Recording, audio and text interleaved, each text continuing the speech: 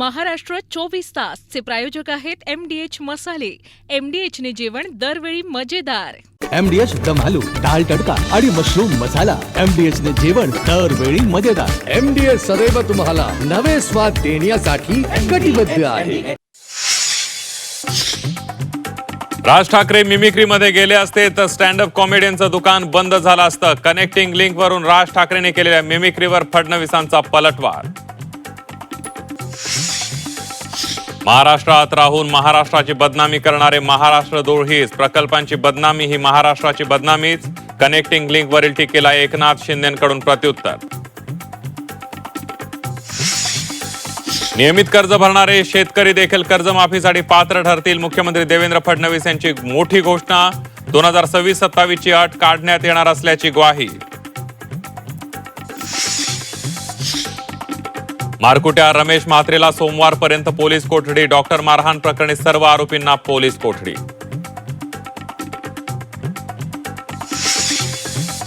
शेतीमुळे नाही तर स्टार्टअप उद्योगांमुळे भारत सोने की चिडिया. मंत्री मंगल प्रभात लोढांचं विधान, तर लोढांच्या विधानाचा शेतकरी नेत्यांसह विरोधकांकडून खरपूस समाचार.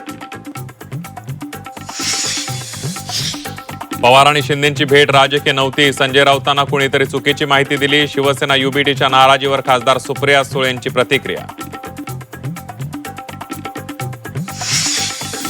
अकोल्यामध्ये किरकोळ वादातून आमदाराच्या भावाची तरुणाला मारहाण. आमदार किरण लहामटे यांच्या भावाकडून मारहाण. घटना सीसीटीव्ही चित्रित.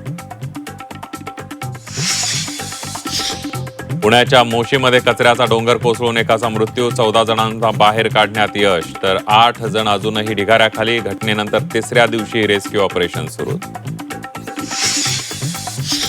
अंधेरी पश्चिम मध्ये बेस्ट बसचा भीषण अपघात. जवळपास 14 गाड्या एकमेकांना आदळल्या. 2 ते 3 जण जखमी झाल्याची माहिती.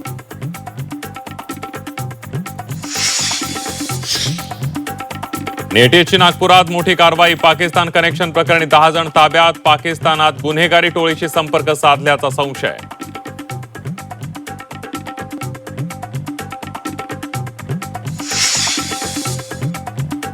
नमस्कार, मी संदीप देसाई. महाराष्ट्र 24 तास या खास बुलेटिनमध्ये आपल्या सगळ्यांचं स्वागत. बुलेटिनची सुरुवात करूया एका ब्रेकिंग बातमीनं. 7 कोटी रुपये पाण्यात गेले असं विरोधकांनी टीका केल्याचं म्हणत देवेंद्र फडणवीस यांनी जोरदार टीकास्त्र टाकलं होतं. हा महाराष्ट्राचा अपमान आहे असंही फडणवीस यांनी म्हटलेलं होतं. एकाही टनेलला तडा गेला नसल्याचं देवेंद्र फडणवीस यांनी स्पष्ट केलेलं आहे. कनेक्टिंग लिंकवरील आरोपांवर देवेंद्र फडणवीस यांच्याकडून पलटवार करण्यात आलेला आहे. आपण बघतोय 7,000 कोटी पाण्यात गेले असं विरोधकांनी म्हटलेलं होतं. असं म्हणत देवेंद्र फडणवीस यांनी विरोधकांचा समाचार घेतलाय. हा महाराष्ट्राचाच अपमान असल्याचा पुनरुच्चार फडणवीस यांच्याकडून करण्यात आलेला आहे. काय म्हणतायत म्हणे, एक वेळ मला बोला पण महाराष्ट्राचा अपमान मी सहन करणार नाही. वा रे वा. लोक त्या मिसिंग लिंक बद्दलच बोलतायत, महाराष्ट्राचा कुठे अपमान करतायत. पण ते काय सगळं घेऊन जायचं म्हणजे ते वरपासून खालपर्यंत आता काय सवय लागली आहे. केंद्र सरकारच्या कुठच्या गोष्टींबद्दल बोललं की तुम्ही देशविरोधी. आता केंद्र सरकारची कामं आहेत ती, त्याच्यात देशाचा काय संबंध.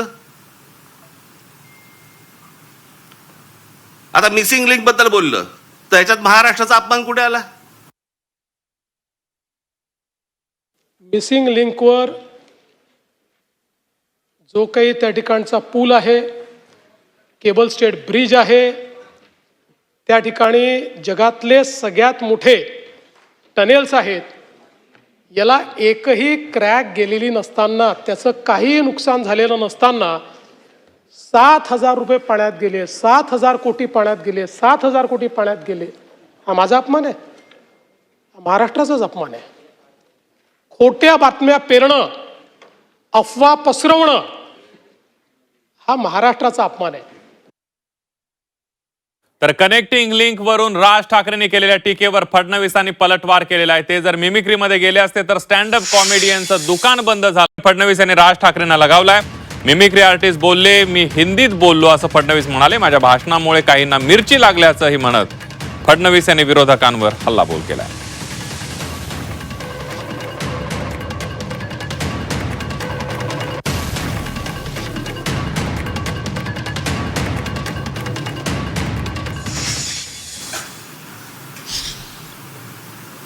की ह्या मिसिंग लिंक प्रकरण हे उत्तम दर्जाचं ते काय काय कन्स्ट्रक्शन आहे वगैरे वगैरे सगळं झालं, आणि ह्याचं जर समजा कोणी राजकारण करत असेल, आम्ही बघून घेऊ त्याला. मुख्यमंत्री आहेस ना तू, बघून घेऊ. बरं झालं ते झालं.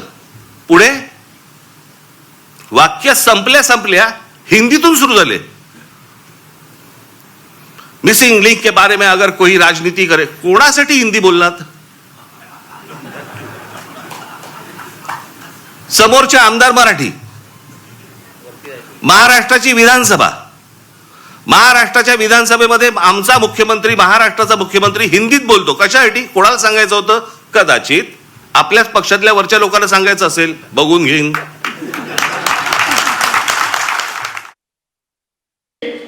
ते ज्यांना समजायला पाहिजे म्हणून बोललो, त्यांच्याऐवजी दुसऱ्यालाच मिरची लागली.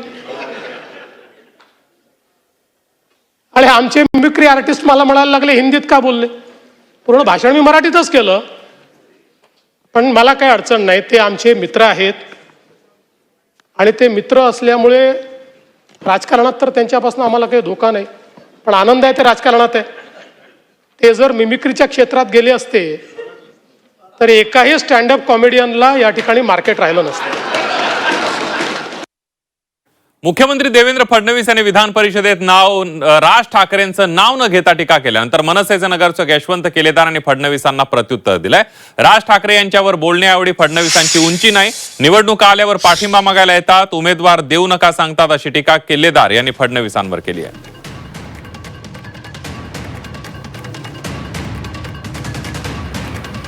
त्यांनी भाडे के तट्टू आज ते ज्यांना समजायला खाल ते भाडे के तट्टे बोलले होते.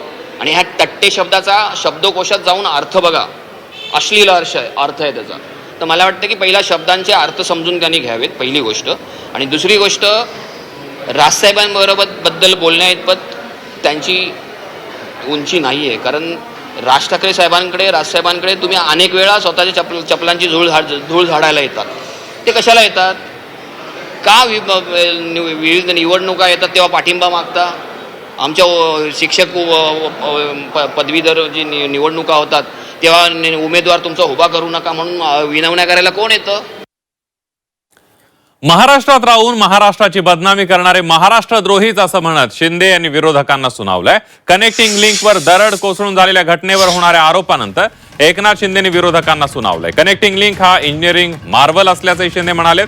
कनेक्टिंग लिंकला कोणताही धोका नसल्याचं शिंदेनी म्हटलंय. प्रकल्पाची बदनामी ही महाराष्ट्राचीच बदनामी असल्याचं शिंदे यांनी म्हटलेलं आहे.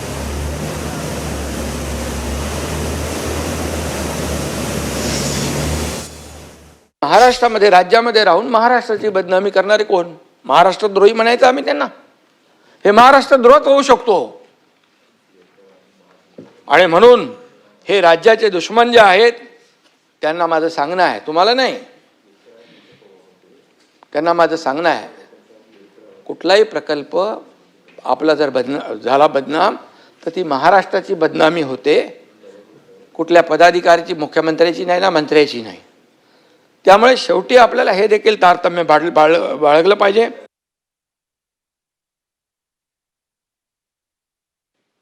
मिसिंग लिंक हा इंजिनिअरिंग मार्वल आहे. आज आपल्या सगळ्यांना अभिमान असला पाहिजे. ठीक आहे, ती दरड आली वरून आणि त्यांनी ती कमान जी आर्च आहे, ती आर्च जी आहे ती खाली आली. टनेलला, मिसिंग लिंकला एकाही पैशाचा धोका झाला नाही. ताबडतोब साफसफाई झाली. मी अनिल गायकवाड यांच्या संपर्कात होतो, वसईकरच्या संपर्कात होतो आणि वाहतूक सुरूही झाली. महात्मा फुले योजनेतील शेतकऱ्यांनाही कर्जमाफी मिळणार असल्याची मोठी घोषणा मुख्यमंत्री देवेंद्र फडणवीस यांनी सभागृहामध्ये केलेली आहे. 2026-27 ची अट काढण्यात येईल असाही शब्द मुख्यमंत्र्यांनी दिलाय. नियमित कर्ज भरणारे शेतकरी देखील पात्र ठरतील. सर्व योजनांमध्ये कर्जमाफीची योजना मोठी असल्याचंही मुख्यमंत्री फडणवीस यांनी म्हटलेलं आहे.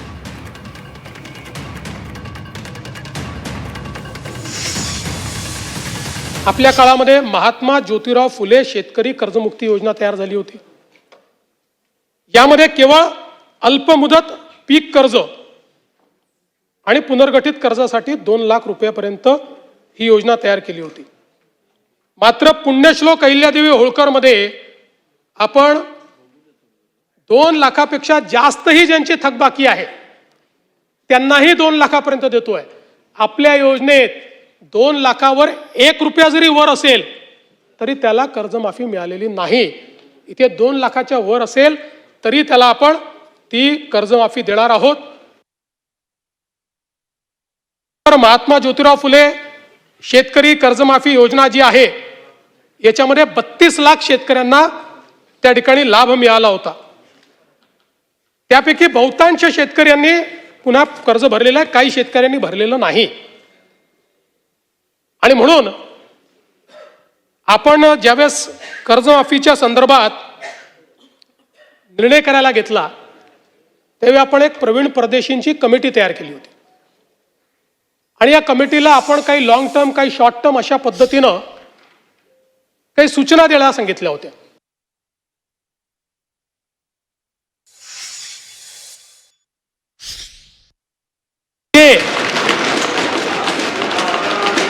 महात्मा फुले कर्जमाफी योजनेतले जे लोक होते ज्यांना 50,000 रुपयापर्यंत आपण म्हटलं होतं त्यांनाही 2 लाखापर्यंत कर्जमाफी झाली.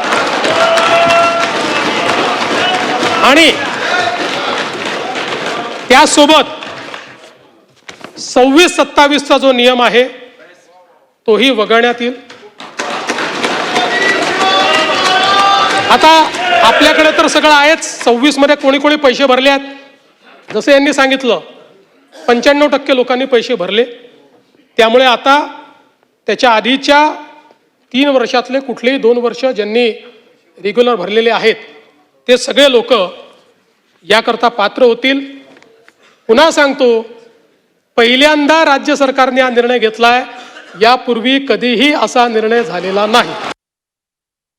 यानंतर बातमी आहे मारकुटा नगरसेवक रमेश म्हात्रे संदर्भातली. रमेश म्हात्रेला सोमवारपर्यंत पोलीस कोठडी सुनावण्यात आली आहे. डॉक्टर मारहाण प्रकरणामध्ये रमेश म्हात्रेची आता पोलीस कोठडीत रवानगी करण्यात आली आहे. सर्व आरोपींना सोमवारपर्यंत पोलीस कोठडी सुनावण्यात आली आहे. डॉक्टर मारहाण प्रकरणामध्ये ही कारवाई करण्यात आली आहे. तर दुसरीकडे मुजोर नगरसेवक रमेश म्हात्रेच्या मारहाणीच्या कृत्याविरोधात सर्व स्तरातून संताप व्यक्त होतोय. तसंच अशा मुजोर नगरसेवकाची पक्षातून हकालपट्टी कधी करणार असा सवालही उपस्थित केला जातोय. जो लोकप्रतिनिधी जनतेच्या सेवेसाठी असतो आणि तोच जनतेवर हात उचलत असेल तर यापेक्षा दुर्दैवी बाब दुसरी कोणतीही नाहीये. 7 दिवस पोलिसांनी कस्टडी मागितली होती. आम्ही सांगितलं काय 7 दिवसाची गरज नाही, एका दिवसाची गरज नव्हती. पण एवढं मीडिया हाईप झालेलं प्रकरण आहे. कोर्टात सांगितलं की डॉक्टरांना मारहाण झालेली आहे, थोडाफार तपास होऊ दे म्हणून कोर्टाने सोमवारपर्यंत पोलीस कस्टडी दिली नाही. डॉक्टरांनी सर्टिफिकेट दिलं होतं की यांना पोलीस कस्टडी ठेवू शकता, आता तब्येत ठीक आहे असं ठाण्याच्या सिव्हिल हॉस्पिटलच्या डॉक्टरांनी सर्टिफिकेट दिलेलं आहे. त्या सर्टिफिकेटसह त्यांना हजर केलं. त्यामुळे कोर्टाने त्यांना विचारलं तुमची तब्येत बरी आहे का, तुम्ही सांगितलं बरी आहे, नंतर पोलीस कस्टडी दिली. तर कल्याण डोंबिवली डॉक्टर मारहाण प्रकरणामध्ये रमेश म्हात्रे प्रकरणामध्ये उत्तर द्यावं अशा प्रकारची मागणी सभागृहामध्ये अंबादास दानवे यांनी केलेली आहे. अंबादास दानवे यांनी सभागृहामध्ये हा मुद्दा मांडल्याचं पाहायला मिळालं. तर रमेश म्हात्रेवर गुन्हा दाखल करून कडक कारवाई केल्याचं उपमुख्यमंत्री शिंदे यांनी उत्तर दिलेलं आहे.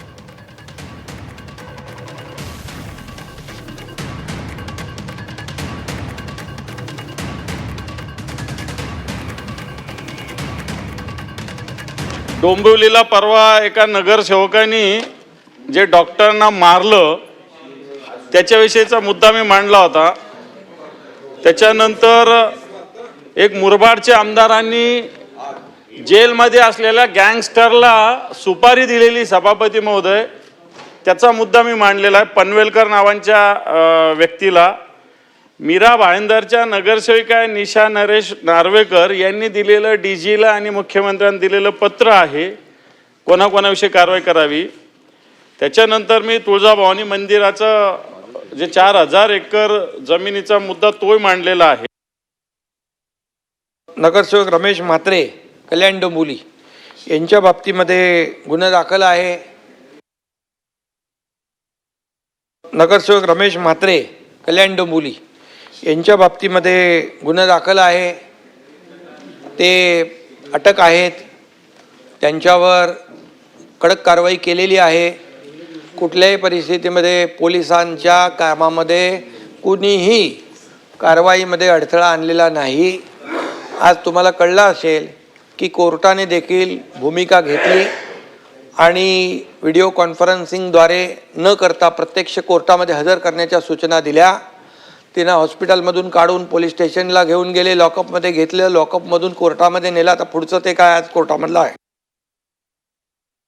यानंतर बातमी नाशिकमधली. नाशिकमधील शिवसेना युबीडीचे 10 ते 12 नगरसेवक एकनाथ शिंदेंच्या संपर्कात असल्याची चर्चा सुरू झालेली आहे. प्रभाग निहाय या नगरसेवकांना 5 कोटी रुपयांच्या विशेष निधीचा आमिष दिल्याची चर्चाही रंगली आहे. या सर्व पार्श्वभूमीवर ठाकरेंच्या शिवसेनेच्या नगरसेवकांनी पक्षाचे गटनेते कार्यालयामध्ये एकत्र जमून आपली एकजूट दाखवून दिली आहे. पत्रकार परिषद घेत या चर्चा म्हणजे केवळ अफवा असल्याचा दावा त्यांनी केला आहे. एकही नगरसेवक पक्ष सोडणार नाही अशी माहिती यावेळेला गटनेता केशव पोरजे यांनी दिली आहे. सत्ताधाऱ्यांकडून विकास कामांच्या निधी वाटपात दुजाभाव होतो, तसं विकास कामं करताना आडकाठी आणली जात असल्याचा आरोप सुद्धा यावेळेला करण्यात आलेला आहे. सर्व नगरसेवक सोबत आहेत, एकही नगरसेवक फुटणार नाहीये. या फक्त कुठेतरी अफवा आणि एक मिसअंडरस्टँडिंग नगरसेवकांमध्ये केली जाते की ठाकरे गटाचे 12 नगरसेवक फुटणार, मग लगे आम्ही एकमेकाकडे कुठं संशयाच्या नजरेने बघू, असं हे त्यांचं प्लॅनिंग आहे. कुठलाही नगरसेवक फुटणार नाही आणि शिंदे गटात जाणार नाही. त्यांचा आपापसात काही समन्वय नसेल, कदाचित एकमेकाबद्दल त्यांना अविश्वास असेल, त्यामुळे अशा पद्धतीचे आरोप होत आहेत. पण तुम्ही आधी आपसात बोला. कोण लोक तुम्हाला भेटले, कोणी तुम्हाला ऑफर दिली आणि कशाबद्दल ही ऑफर आहे, स्पष्ट बोलले तर अधिक स्पष्ट होईल. परंतु तुमच्यातली अस्वस्थता उगीच आमच्यावर आरोप करू नका. ऑपरेशन होतं मात्र कुणाला माहीत नसतं असं वक्तव्य उद्योगमंत्री उदय सामंत यांनी केलंय. तर ऑपरेशन टायगरवरून भास्कर जाधवांनी शिंदेच्या शिवसेनेला जोरदार टोला हाणलेला आहे. महाराष्ट्राच्या विकासावर त्यांची चर्चा झाली असेल, महायुतीवरच्या काही गोष्टींवर त्यांची चर्चा झाली असेल, काही निवडणुका झालेल्या आहेत त्याच्यावर त्याची चर्चा झाली असेल, काही निवडणुका व्हायच्या आहेत त्याच्यावर चर्चा झाली असेल. पण जी काही चर्चा झाली असेल ती सकारात्मक आणि महायुतीच्या भल्याची झाली. काही खासदार आणि आमदार पण येणार आहेत, त्यावर पण चर्चा झाली असेल. नाही, माननीय एकनाथ शिंदे साहेबांचा प्रवेशाचा कार्यक्रम ज्याला आपण ऑपरेशन म्हणतो तो कोणालाच माहीत नसतो, त्याच्यामुळे त्याच्यावर चर्चा अगदी 100% झाली नसणार. परंतु महायुती बळकट करण्यासाठी भविष्यामध्ये अजून काय केलं पाहिजे त्याच्यावर नक्की झाली. Operation tiger tiger tiger tiger हे रोजच तुमचं चालू आहे आणि त्यांचंही चालू आहे, लोकांचं चालू आहे. तुमचं याचा अर्थ हे रोज नवीन बातम्या टायगरच्या येत आहेत, याचा अर्थ टायगर इकडे आहेत, कुत्रे तिकडे आहेत. तर पृथ्वीराज चव्हाणांना कोण अस्वस्थ वाटलं माहीत नाही. खासदार सुप्रिया सुळेंनी हे वक्तव्य केलंय. आमचे खासदार कुठेही जाणार नाहीत, कोणताही खासदार नाराज नाही, सर्व खासदार कुटुंब म्हणून काम करतायत. शरद पवार यांच्या पक्षाचे 5 ते 6 खासदार अस्वस्थ आहेत, हे चिंताजनक आहेत. तर काँग्रेस नेते पृथ्वीराज चव्हाण यांनी हे विधान केलेलं होतं. त्यानंतर सुप्रिया सुळे यांनी स्पष्टीकरण दिलेलं. एक्झॅक्टली काय होईल मला माहित नाही. तुमच्यापैकीच काही जणांनी बातम्या दिल्या आहेत की 3 पर्याय आहेत त्यांच्याकडे.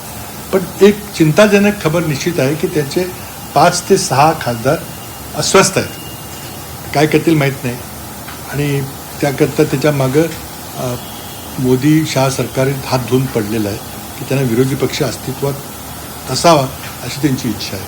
जे उद्धवजींच्या शिवसेनेशी केलं ते पवारसाहेबांच्या एनसीपीकी होऊ शकतं. आमच्या कुठल्या खासदारांची त्यांची कुठली भेट झाली आणि कोण त्यांना अस्वस्थ वाटलं, कारण का मी आमच्या सगळ्या खासदार, खरं तर आम्ही सगळे 8 जण एक कुटुंब म्हणून काम करतो आणि आमचे 6 खासदार जे एक तर आमच्या पक्षात कोणी नाराज नाही आणि आम्ही एक कुटुंब म्हणून राहतो. त्याच्यामुळे घराच्या बाहेर जाऊन एक तर कोणी नाराज नाही आणि असला तरी तो बाहेर जाऊन बोलणार. तुम्हाला झालेलं मतदान आणि तुम्हाला जे लोकांनी निवडून दिलं आहे ते मोदी, शाह आणि फडणवीस यांच्या विरोधामध्ये मतदान करून तुम्हाला निवडून दिलं आहे. मग अस्वस्थ का होतं? कोणाला घाबरत आहे?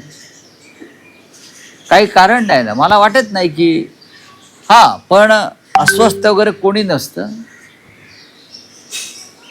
मोदी आणि शहा आणि इतर काही घटक हे दबावाचं राजकारण करतात आणि असे मासे आपल्या गळाला लावतात. पृथ्वीराज चव्हाण हे ज्येष्ठ नेते आहेत, काँग्रेसचे नेते आहेत. त्यांच्याकडे असलेली माहिती त्यांनी नक्कीच माननीय पवार साहेबांकडे पोहोचवली असेल एवढंच मी मानतो. एकनाथ शिंदे आणि शरद पवारांची भेट ही राजकीय नव्हती अशी प्रतिक्रिया सुप्रिया सुळेंनी दिली आहे. संजय राऊतांना चुकीची माहिती मिळाली असेल असं सुप्रिया सुळे म्हणाले. पवार शिंदे भेटीबाबत शिवसेना युबीटीकडून नाराजी व्यक्त करण्यात आली होती. राऊतांना या भेटीचा घटनाक्रम सांगण्यात आल्याचंही सुप्रिया सुळेंनी म्हटलेलं आहे.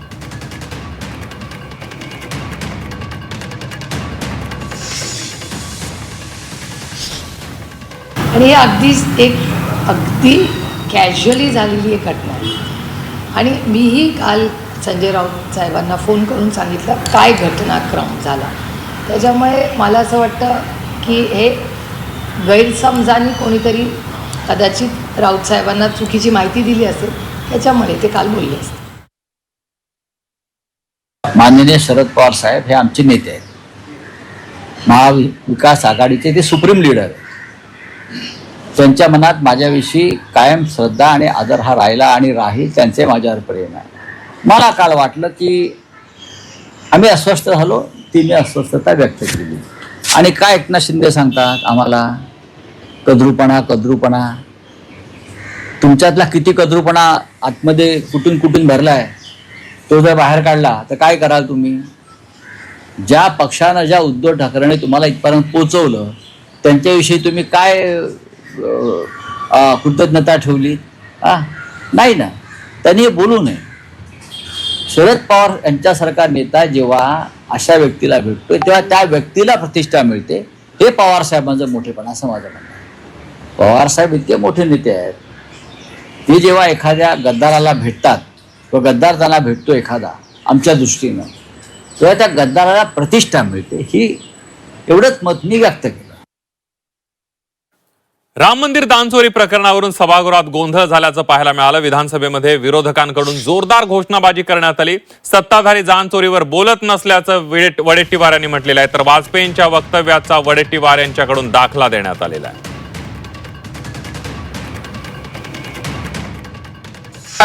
वडेट्टीवार साहेब पुढे जाऊया आपण.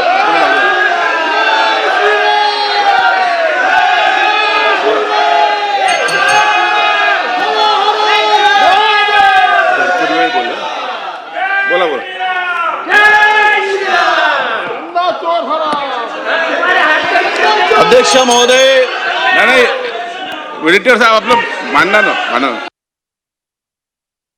अटल बिहारी वाजपेयी साहेबांनी भाषण करताना असं म्हटलं होतं संसदेत, जब किसी के घर पे चोरी होती है, चोर घुसता है, पालतू कुत्ता भोगता नहीं है, तब यह समझने का कि कुत्ता चोरों को पहचानता है.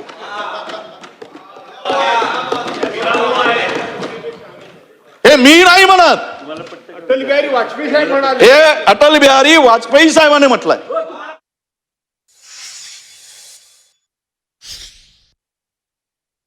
पंगा हमसे लेना, हमारे पार्टी से पंगा लेना, लेकिन राम से कभी पंगा मत लेना. राम से पंगा अभी इन्होंने लिया है चोरी करके. राम से पंगा लेने वालों से हमारा पंगा है, ये हमारा दुर्दैव है. जे धंदे करेल त्याला ते लागेल. हे शब्द काही तुमच्यासाठी नाही, आमच्यासाठी नाही आहे, हे सगळ्यांसाठी आहे. ज्यानी चोरी केली त्यांच्यासाठी ते लागू आहे. आणि अध्यक्ष महोदय, एकही व्यक्ती सत्ता पक्षाकडे या चोरीवर बोलत नाही हो. त्यामुळं अटल बिहारी वाजपेयींनी बोललेले कोणाला लागू होतं? यानंतर बघूयात शिक्षकांच्या आंदोलनासंदर्भातली बातमी. अखेर शिक्षकांचं आंदोलन मागे घेण्यात सरकारला यश आलेलं आहे. मंत्री गिरीश महाजन यांच्या मध्यस्थीनं आंदोलन मागे घेण्यात आलेलं आहे. शिक्षक संघटनांनी या संदर्भात घोषणा केलेली आहे. थकीत टप्पा वाढ मार्च पासून देण्याच्या निर्णयावर सरकारने शब्द पाळला नाही तर 1 एप्रिल पासून आंदोलनाचा हत्यार उगारू असाही इशारा दिलेला आहे. शिक्षक संघटनांचा राज्य सरकारला त्यांनी इशारा दिला. यापुढे शिक्षकांना आंदोलन करण्याची गरज पडणार नसल्याचं गिरीश महाजन यांनी आश्वासन दिलेलं आहे.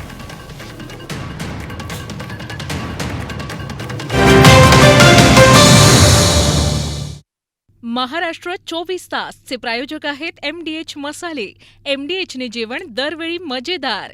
MDH दम आलू, डाळ तडका आणि मशरूम मसाला. MDH ने जेवण दरवेळी मजेदार. MDH सदैव तुम्हाला नवे स्वाद देण्यासाठी कटिबद्ध आहे.